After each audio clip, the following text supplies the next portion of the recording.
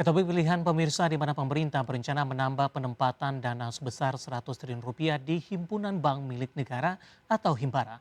Pemerintah menyatakan tambahan dana tersebut untuk menjaga likuiditas perbankan dan mendukung pertumbuhan kredit hingga akhir tahun 2026. Pemerintah berencana menambah penempatan dana sebesar 100 triliun rupiah di Himpunan Bank Milik Negara atau Himbara guna menjaga likuiditas perbankan dan mendukung pertumbuhan kredit hingga akhir tahun 2026. Langkah ini dilakukan di tengah tingginya permintaan kredit dari dunia usaha dan masyarakat. Sebelum mengumumkan tambahan dana tersebut, Kementerian Keuangan telah memutuskan mengembalikan dana saldo anggaran lebih yang sempat ditarik dari perbankan pada Juni 2026. Wakil Menteri Keuangan Juda Agung menjelaskan pemerintah sebelumnya menarik dana SAL sebesar 110 triliun rupiah dari Himbara pada Juni 2026. Namun pemerintah kini memutuskan mengembalikan dana yang sempat ditarik tersebut sekaligus memperpanjang penempatannya hingga akhir Desember 2026. Dengan demikian posisi dana pemerintah yang ditempatkan di Himbara tetap sebesar 281 triliun rupiah. Selain mengembalikan dana, pemerintah juga menyiapkan tambahan dana siaga sebesar 100 triliun rupiah untuk memperkuat likuiditas perbankan nasional. Menurut Juda Agung, tambahan dana tersebut diperlukan karena kebutuhan pembiayaan masih tinggi, sementara perbankan perlu menjaga kecukupan likuiditas agar dapat terus menyalurkan kredit ke sektor produktif. Wakil Menteri Keuangan menyampaikan hingga Mei 2026 pertumbuhan kredit perbankan telah mencapai 11,5% secara tahunan. Pemerintah berharap laju penyaluran kredit dapat meningkat lebih tinggi pada baru kedua tahun ini sehingga dukungan likuiditas bagi perbankan dinilai masih diperlukan.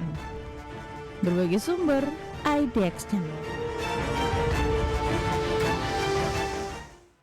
Informasi emiten pemirsa di mana PT Merdeka Bateri Material Tbk atau MBMA berhasil mencatatkan kinerja yang impresif dengan laba bersih di kuartal pertama 2006 berbalik dari rugi bersih di kuartal pertama 2025. Di sisi lain, Persero membukukan kenaikan pendapatan 24% secara tahunan didukung peningkatan volume biji nikel dan penguatan margin nikel pig iron atau NPI. Dikutip dari keterbukaan informasi Bursa Efek Indonesia, PT Merdeka Bateri Materials Tbk berhasil mencatatkan laba bersih yang dapat diatribusikan kepada pemilik entitas induk tercatat sebesar 29,9 juta dolar Amerika, berbalik dari rugi bersih yang dapat diatribusikan kepada pemilik entitas induk perseroan di kuartal 1 2025 sebesar 3,5 juta dolar Amerika. Di sisi lain, Persero membukukan pendapatan sebesar 455,1 juta dolar Amerika kuartal 1 2026, naik 24% year on year dibandingkan capaian kuartal 1 2025 di 366,1 juta dolar Amerika. Presiden Direktur PT Merdeka Bateri Material Tbk Teddy Nuryanto Utomo mengatakan, Persero mencatat awal tahun yang kuat di 2026 berkat dukungan dari peningkatan volume biji nikel, harga jual yang lebih baik dan penguatan margin NPI sejalan dengan kenaikan produksi limonit dan saprolit. Sementara fokus perseroan tetap proyek-proyek hilir sebagai pendorong pertumbuhan perseroan. Sementara EBITDA perseroan meningkat 361% year on year menjadi 143 juta dolar Amerika dari 31 juta dolar Amerika di kuartal 1 2025. Laba bersih konsolidasi yang Persero mencapai 82 juta dolar Amerika di kuartal 1 2026, melesat dari 6 juta dolar Amerika di kuartal 1 2025.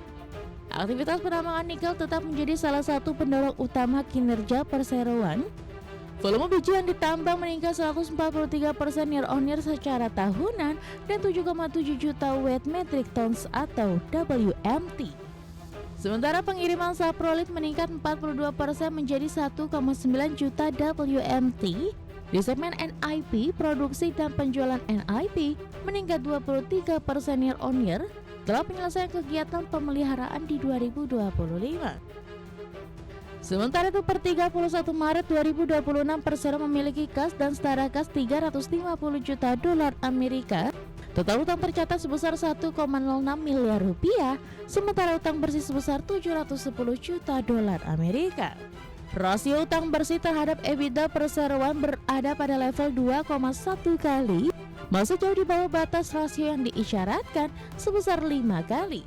Untuk 2026, perseroan akan terus berfokus pada efisiensi operasional, alokasi modal yang disiplin, dan pengembangan portofolio bahan baku baterai terintegrasi untuk mendukung penciptaan nilai jangka panjang.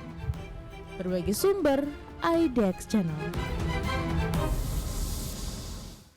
Dan secara teknikal pemirsa, di sepanjang perdagangan hari ini sebenarnya MBMA dominan bergerak di zona hijau, namun jelang penutupan berbalik ke zona merah seiring tekanan dalam indikator gas saham gabungan masih terus berlanjut. Kita ke grafis yang pertama pemirsa, kita akan coba lihat pergerakan saham MBMA di sepanjang perdagangan hari ini dan update jelang penutupan perdagangan di sesi kedua. Ditutup di perdagangan sebelumnya di level 498. Kemudian dibuka pada pagi tadi, dibuka flat di 496, kemudian posisi MBMA sempat melemah ke level 490-an dan beberapa menit kemudian sempat ke 464 pemirsa. Kemudian posisi dari MBMA berbalik arah mengalami penguatan ke 510 intraday tertinggi hari ini 11 dan pukul 12 siang tadi laju pelemahannya sudah mulai terbatas ke 505 hingga ke 500. Pembukaan sesi kedua menguat tipis ke 505 dan saat ini sudah berbalik ke zona merah kembali melemah di 0,40% di level 494. 510 intraday tertinggi hari ini. Kita akan coba lihat ke grafis selanjutnya. Seperti apa pergerakan saham MBMA dalam 6 bulan terakhir.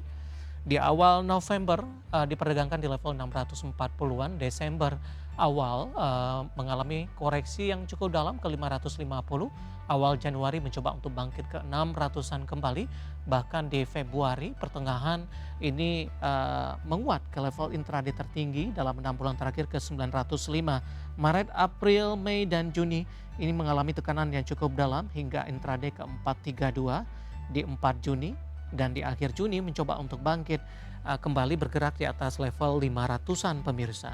Dari sisi valuasi dengan beberapa indikator yang ada, kita akan coba lihat dari posisi PER-nya di 26,47 kali, PSR-nya di 1,74 kali, PBV-nya di 1,96 kali, dan PCFR di 5,19 kali pemirsa. Kombinasi secara fundamental, teknikal, dan juga dari sisi valuasi, dan semoga bisa menjadi salah satu referensi untuk Anda.